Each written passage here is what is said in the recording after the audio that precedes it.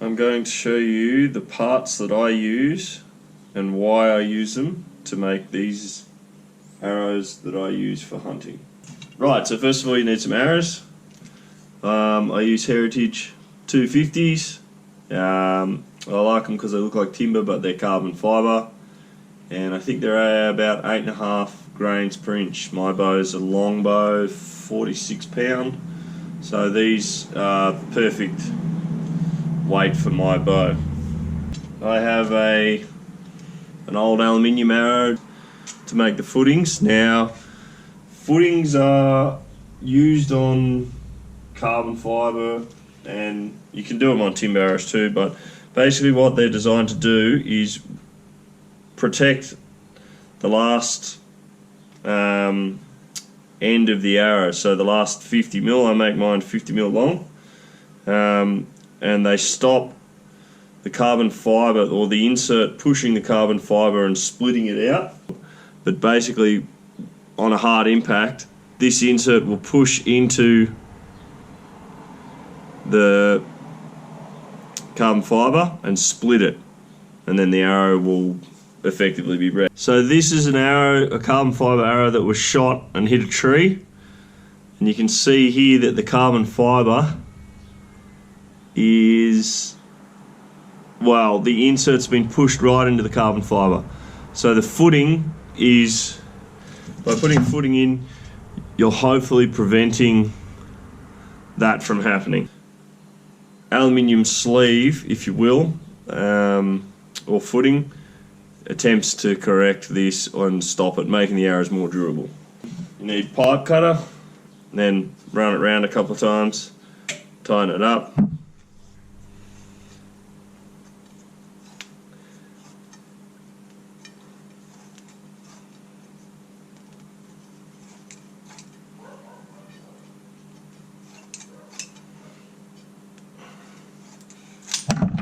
And voila.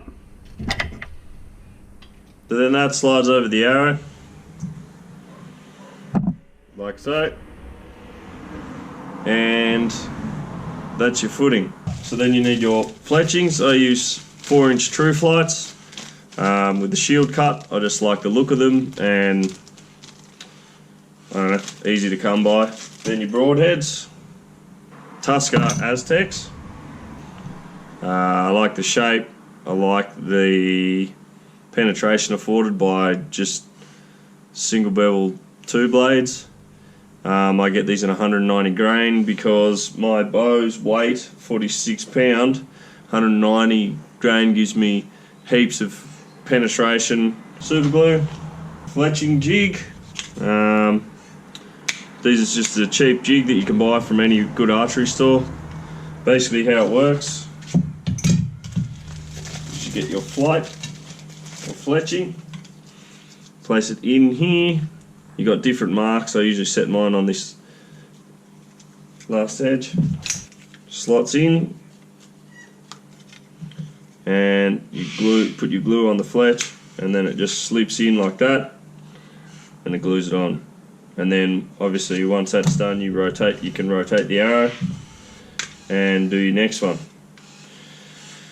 The advantage to the jig, I guess, is it holds them all in perfectly where they got to go. Now my jig's what they called helicule. The fletch is tapered along the arrow, which means that the arrow will spin in the air, as you can see here. It makes the arrow spin like this, same as a rifling on a firearm.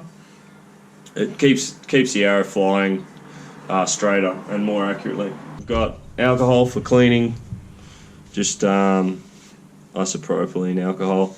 It's just a good cleaner. Give the arrow a clean, make sure the glue sticks, hammer-tone paint, and clear coat.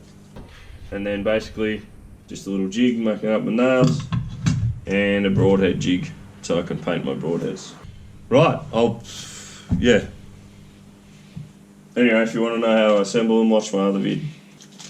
Okay, in the next vid I'll show you how I assemble my arrows for hunting and how I give them a quick sharpen on my trusty Ryobi grinder. That's it.